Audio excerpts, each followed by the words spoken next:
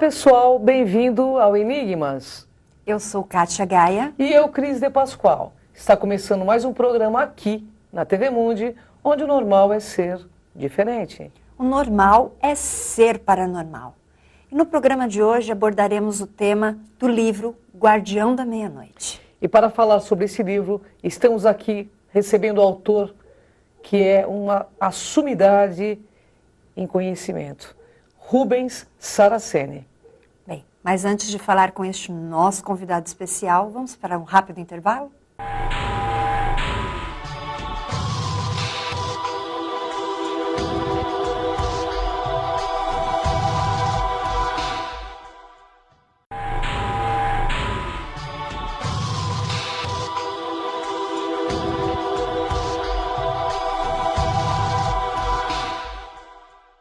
Estamos de volta com Enigmas. E para você que tem alguma sugestão e queira nos deixar um recado, envie um e-mail para enigmas@tvmundi.com.br. Olá, Rubens. Seja bem-vindo ao programa Enigmas. Gratidão pela sua presença. Honra enorme estar contigo aqui. Obrigado.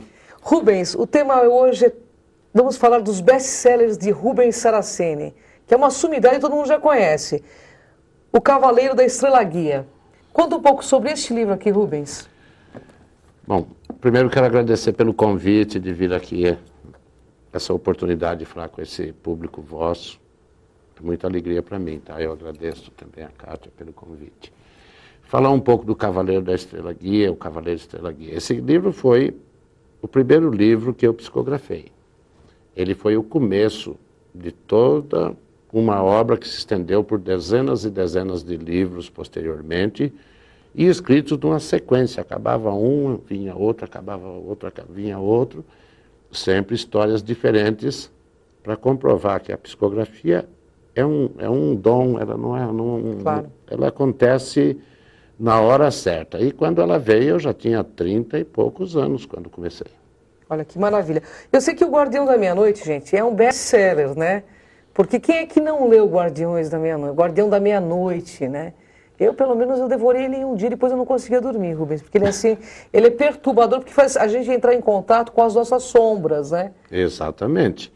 Eu digo assim, tem uma série de livros que chamados, todos eles denominados Guardiões, que são histórias dadas pelas próprias entidades ao espírito responsável por isso, que é o Pai Benedito de Aruanda, em que eles ali, dando a sua biografia sucinta, é claro, sem muitos detalhes, mas eles fazem o meia-culpa, né? Eles, perante quem os lê, eles estão dizendo, olha, eu passei por isso, não repita.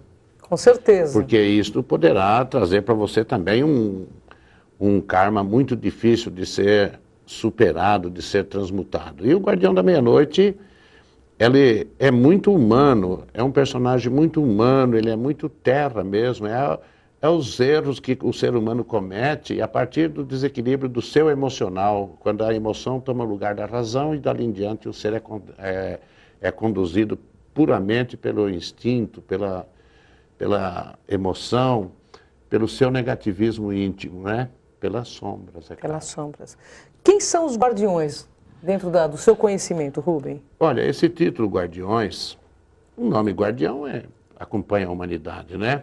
Se aplica a muitas situações, a muitas funções. Mas no caso aqui, os Guardiões, eles se aplicam a uma classe de espíritos que trazem em si já uma grande evolução ou um longo período dentro desse nosso planeta, e que são espíritos dotados de determinados poderes íntimos que, quando colocados em ação, eles são capazes de realizar grandes obras ou grandes desgraças. No caso dele, o que levou à perdição dele foi que colocou todo o potencial dele direcionado numa obsessão. Aí se perdeu, né? Correto. Hoje ele já busca o resgate, mas ainda tem muito chão para andar. Tem muito chão, né, Rubens? Os guardiões dentro da Umbanda, que eu sei que você é um mestre da Umbanda também, eles são Exus. Eu gostaria que você desmistificasse um pouco isso, porque as pessoas acham que os Exus são sempre negativos. Veja, o termo guardião, ele se aplica tanto aos espíritos que atuam na esquerda quanto na direita. Correto. Só que na direita, esses guardiões de mistério, porque o guardião, para o público que nos assiste saber por que o termo guardião é aquele que guarda no seu íntimo um mistério divino. E que quando ele entra em ação, esse mistério flui através dele. Correto. Ele é o canal por onde flui esse mistério. Então não significa que o mistério está atuando o tempo todo, mas na hora que se faz necessário, o espírito ativa em si o mistério e o mistério começa a realizar sua ação. Então por isso foi dado o nome de guardião. Preto Velho define alguma coisa. Caboclo define alguma coisa. Correto. Exu define alguma coisa. Pombagira define alguma coisa. Mas guardião ou guardiã define tudo.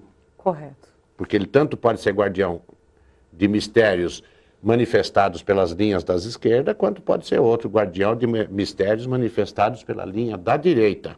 Então o termo guardião se aplica perfeito a um caboclo, a um preto velho, a uma pombagira, a um exu, a uma entidade que atua na linha dos baianos, ou do boiadeiro, ou do marinheiro. Todos eles são guardiões de mistérios, senão ele não conseguiria trabalhar. E o Rubens Saraceni é um guardião do mistério? Eu sou o que escreve sobre os guardiões. Então ele é um guardião dos mistérios, né? Eu escrevo sobre eles. Então é um guardião dos mistérios, porque traz autoconhecimento puro para que haja bastante reflexão. Porque é uma reflexão profunda seus livros, né, Rubens? Eu sou um beneficiário, porque quando eles passavam as histórias, eu era o primeiro a saber, né? Com certeza, é um guardião dos mistérios. Rubens, me fala uma coisa. O programa Enigmas ele tem buscado desmistificar alguns assuntos e nós trouxemos você, por todo o conhecimento que você traz. O guardião, ele também atua como Exu? Ele atua na linha da esquerda como Exu. E o Exu ele é negativo ou positivo? Ele é neutro. Neutro. Neutro. Ele não tem polaridade em si. Ele adquire a partir de quem o invoca. Aí está o que tem que ser desmistificado nas linhas. Ele não atua por si só, ele não tem livre iniciativa, não foi dado a ele a iniciativa. Eles são poderosos, são realizadores, tanto no positivo quanto no negativo, mas tem que ter um agente ativador. Correto. Se não tiver um agente ativador, uma entidade Exu não sai do ponto dele na natureza para vir atuar, não. Até o do médium, ele tem que ser ativado para atuar em benefício do médium, senão ele não se mexe. Aí o médium vai lá e ativa, ele atua em benefício. Agora, dizer assim, o Exu é mau ou é bom, não, ele é neutro. Se nós entendermos essa neutralidade, aí então tudo se torna compreensível, porque se assim como tem algumas pessoas que vão até o ponto de força de uma entidade Exu, faz uma oferenda para trancar os caminhos de alguém, para fechar as portas, coisas assim, mas tem muita gente que vai pedir benefícios, coisas positivas, e eles respondem. Essa é a função deles. Quer dizer que, então aí o problema é de quem pede, né? De quem pede. A responsabilidade é de quem vai até eles pedir. Eu acho que a lei está sendo perfeita. Ela dá o livre-arbítrio. Quer dar vazão ao seu negativo? Dê. Vai ter o retorno. Ação e reação. Ação e reação. Quer dar vazão ao seu positivo? Dê. Vai ter o retorno também, porque para toda ação boa há um retorno bom. Com certeza. E isso faz com que a maioria só faça pedidos positivos a essas entidades, auxiliando elas a resgatarem o seu karma, como diz o guardião. Ele diz no final do livro que ele foi convidado, pelo grau de consciência que ele já tinha recuperado, ele já tinha condições de ter passado para o lado da direita. Isso nós estamos falando há 21 anos atrás, quando eu psicografei. Hoje, muito mais, né? Ele recusou-se a passar para a direita naquele tempo. Por quê? Porque ele achou que ali ele poderia ser mais útil à lei devido ao campo vasto que ele tem para resgatar espírito, porque ele é um grande resgatador de espírito. Correto. Essa é a verdade. Ele, na esquerda, ele é um socorrista. Olha só, gente. Então, desmistificando a questão do Exu, que o Exu ele não é negativo. Somos nós que somos fazemos as escolhas entre o positivo e o negativo. Ele simplesmente vai atuar perante o nosso pedido. É isso que eu entendi. Exatamente. Eles não têm o livre-arbítrio e têm a obrigatoriedade de atender. Então, se uma pessoa vai até a linha dele lá, que é na meia-noite, em qualquer campo, faz uma invocação, não quer dizer que é esse personagem que vai responder. Alguém Correto. da hierarquia. Correto. E faz um pedido positivo, imediatamente aquela entidade que responde ao que está invocando, imediatamente ele ativa o mistério dele e começa a ajudar alguém.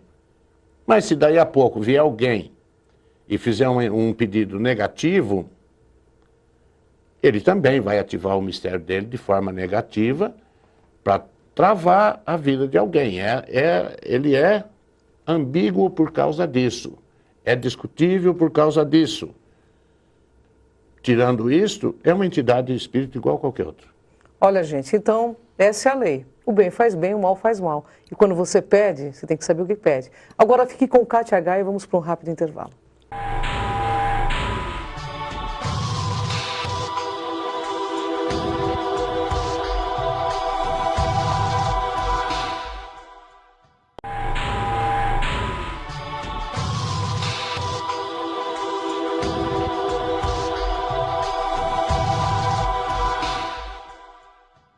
Voltamos com Enigmas e antes de qualquer coisa eu gostaria de agradecer o apoio das lojas Segmagem. A Segmagem é pioneira em sistemas de segurança e trabalha com produtos de última geração, em circuito fechado de TV e interfonia. Acesse o site da Segmagem para que você conheça toda a linha de produtos, que é o www.segmagem.com.br. Bem, e voltamos aqui com meu mestre, né? Tenho a grande honra de apresentá-los a você aqui nessa entrevista gostosa. Rubens, prazer imenso, né? E saibam que eu estou muito emocionada e peço desculpas, porque com certeza hoje é meu presente e estou muito feliz. Eu precisava dar esse depoimento, né? Porque dificilmente eu falo alguma coisa. Rubens, eu quero te falar uma coisa. Quando nós lemos esses livros, nós temos uma percepção dos nossos lados, né? E as pessoas têm muito medo da morte. Uhum. Quando ele se depara diante da putrefação, que é aquele estado que nós passamos no cemitério e tal, como que você sentiu ao escrever sobre isto? Bom, para mim, que estava psicografando, e devo ressaltar isso, quando a gente psicografa, não sei explicar direito como acontece isso, mas dá a impressão que a gente está no meio da cena, tá? Tá. Não está visualizando, não está vendo, mas está sentindo. Então, foi algo assim que quando eu estava psicografando, mexeu com o meu íntimo, devido à descrição nua e crua do sofrimento do espírito, devido a toda a sua queda, sua regressão consciencial, e ele já não está mais encarnado e sentir-se no corpo e sentir o corpo sendo carcomido ali por larvas astrais no espírito e por vermes mesmo no plano material. Certo. E eu já tive relatos de vários espíritos que o sofrimento é terrível, mas é em função dos erros cometidos aqui no plano material. Sim. Então, escrever sobre isso aí foi um pouco chocante. E, geralmente, os espíritos, eles passam por esse estágio, só alguns se recordam? O que a maioria dos guardiões informam? Veja, eu tenho vários títulos de guardiões, sim, cada um com uma história muito forte, muito esclarecedora, todas elas envolvendo um pouco os mistérios divinos, dos quais eles são manifestadores. E, nesse caso do Guardião da Meia-Noite, após ele não sabia, que ele não tinha consciência de que já tinha desencarnado e achava que estava enterrando ele vivo, né, querendo matar ele. Ele já estava morto. E ele não percebeu que ele já estava morto, estava a falta de consciência sobre si, né? E tem outros que têm também as suas passagens que os levam a lugares no plano astral terríveis. O Guardião das Sete Portas, eu lembro parte do personagem, que ele foi parar em um lugar que ele estava em cima de uma pedra e em volta daquela pedra enorme fechado de serpentes, É querendo verdade. picá-lo. E ele ali não podia sair. Depois ele começou a reconhecer em cada uma daquelas serpentes espírito de pessoas que conviveram com ele em vida e que ele tinha levado àquele estado, né? É verdade. E por que 7 portais? Nós ouvimos falar muito nas 7 portas do céu, do paraíso, 7 portas do inferno, das trevas. Esses são os portais de entrada para... Do paraíso a gente vai colocar assim, são as entradas, as passagens para os planos positivos da criação. Certo. E os portais negativos, portais das trevas, porque ele é o guardião dos 7 portais das trevas. Sim. As 7 passagens para 7 faixas vibratórias negativas, ou seja, os 7 infernos. Então ele trazia em si, o personagem trazia, até que ele demorou para descobrir que ele trazia esse mistério em si. Aí quando ele descobriu tudo isso, aí ele assumiu a sua condição de guardião de um mistério divino, que é aquele que recolhe os espíritos que regrediram aqui na matéria. A maioria dos seus livros conta o mistério de que cada um carrega. Aqui por ser meia-noite, aqui o portal, aqui a encruzilhada e muitos outros. Sim, eu tenho das 7 cruzes, tem uma série aí. Então vamos falar. O Guardião da Meia-Noite, ele traz em si o mistério da passagem de um dia para o outro. O dos 7 portais é a passagem de uma faixa vibratória ou de um plano para o outro. Certo. O das 7 encruzilhadas é a passagem de nível. Então, cada encruzilhada é o cruzamento de uma irradiação divina com uma faixa vibratória, é o nível. Enquanto esse abre as portas para recolher os que têm que ser recolhido ou liberar os que têm que ser liberado, a encruzilhada é quando o ser eleva-se de nível ou regride para um nível inferior. Aí ele sai de uma realidade e vai para outra. Aqui o ser pode estar sempre dentro da mesma realidade. Aqui não, na encruzilhada já é diferente. Cada encruzilhada é um nível diferente. Certo. E o Guardião da Meia-Noite, ele é justamente a passagem de um dia para o outro, de uma noite para outra, ou de um estado para outro estado. Ele sustenta, no caso, na esquerda, um orixá? Não, ele é sustentado por um orixá. Ele é sustentado. Primeiro, ele é manifestador de algum mistério não revelado do orixá maior Exu. Certo. O mistério universal, né? Por isso ele leva o nome de Exu da meia-noite. Certo. E agora, o mistério da meia-noite, que é a passagem de um dia para o outro, é uma regência. Essa regência é do orixá Omulu. Perfeito. Ele rege a passagem de um dia para o outro, na meia-noite. Então, ele é um Exu que atua na irradiação de Omulu. Então, dizer, ele serve enquanto um espírito que teve uma regressão, precisou retomar pela esquerda, através do orixá Exu, voltar à realidade espiritual humana, foi acolhido pelo orixá Omulu, ao qual ele serve. Perfeito. Então, nós temos que entender a relação desses guardiões com os orixás. Exu acolhe todos eles, os distingue com seus mistérios pessoais, divinos, perdão, que cada um desses Exus traz em si e não revela. Mas eles vão se revelar através do orixá que os acolhe.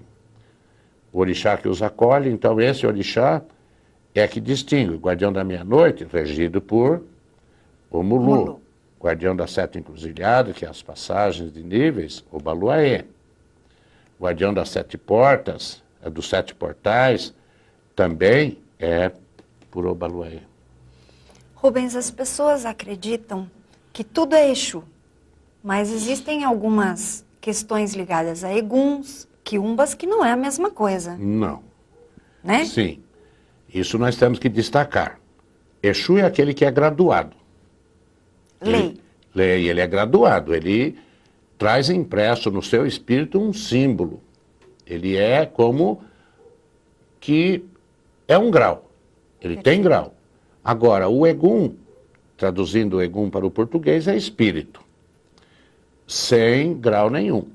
É o espírito que desencarnou, é um Egum.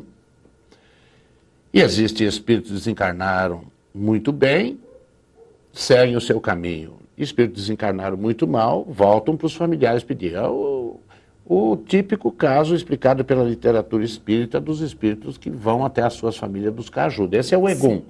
Agora, o Quiumba não. O Quiumba, ele já é um espírito que desencarnou. Eu brinco, no meu modo de brincar, eu falo a verdade.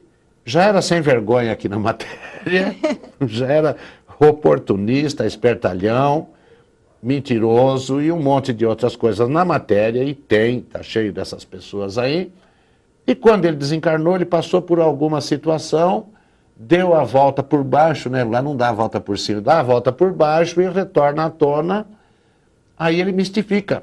O Quiumba, ele não tem compromisso com a lei. Ele é um espírito que é oportunista. Ele se encosta num familiar, num conhecido que ficou na matéria, ou no desconhecido também. O que importa para ele é conseguir chegar à matéria e se aproximar, encostar em alguém. Porque é dali que ele aure a energia que ele precisa. Ele se alimenta. Se alimenta. E ele mistifica o máximo que ele pode para ele não ser retirado. Ele mente, ele fala que ele é o Exu da pessoa, ou que é a pombagira, quando é espírito feminino, às vezes não é. Mas ele faz de conta que é. Até o dono verdadeiro aparecer, ou ser descoberto, aquela mistificação, leva tempo e tem que ser, o médium tem que ser paciente para lidar com essas coisas. Acredito. Bem, Rubens, só para a gente finalizar, uma pergunta assim muito direta. Quantas obras? Olha, publicados, porque está condensado, o Cavaleiro da Estrela Guia 3 em 1, o Cavaleiro do Arco-Íris, que tem 800 páginas, é 4 em 1, o Guardião das Sete Portais aqui, ele era 2 em 1, era o Hashimeid, depois o Guardião das Sete Portas, ele juntou tudo. No total dá 59, condensado em 54. Mas tem mais, né? Tem mais, tem. Tem muitos livros ainda para serem publicados, é que eu diminuí um pouquinho, teve ano de eu publicar 6 livros. Então agora eu diminuí um pouco, por uma orientação do próprio Pai Benedito, isso agora vai devagar, porque a base já está semeada. Perfeito.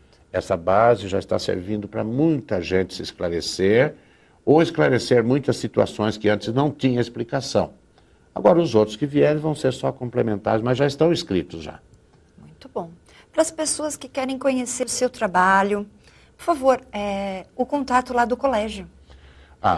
Nós temos uma página, né? www.collegiodeumbanda.com.br, que é o site que nós colocamos as nossas coisas lá. Para contato é o e-mail, contato@collegiodeumbanda.com.br. Perfeito. Bem, nós vamos para o rápido intervalo e já voltamos.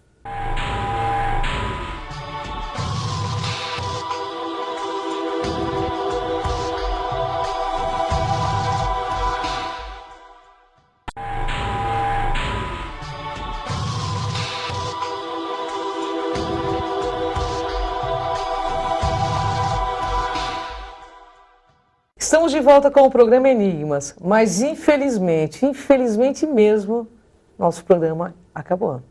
De fato, Cris. Mas no próximo programa, novos convidados, novos entrevistados. Muitíssimo obrigado, Rubens. Satisfação. Gratidão, satisfação enorme estar com você. Gratidão, muito obrigado a vocês pela oportunidade de estar aqui. Que o nosso Pai Oxalá abençoe vocês. Muita luz, muita paz, muito amor, muita prosperidade na vossa vida. Até o próximo Enigma, gente.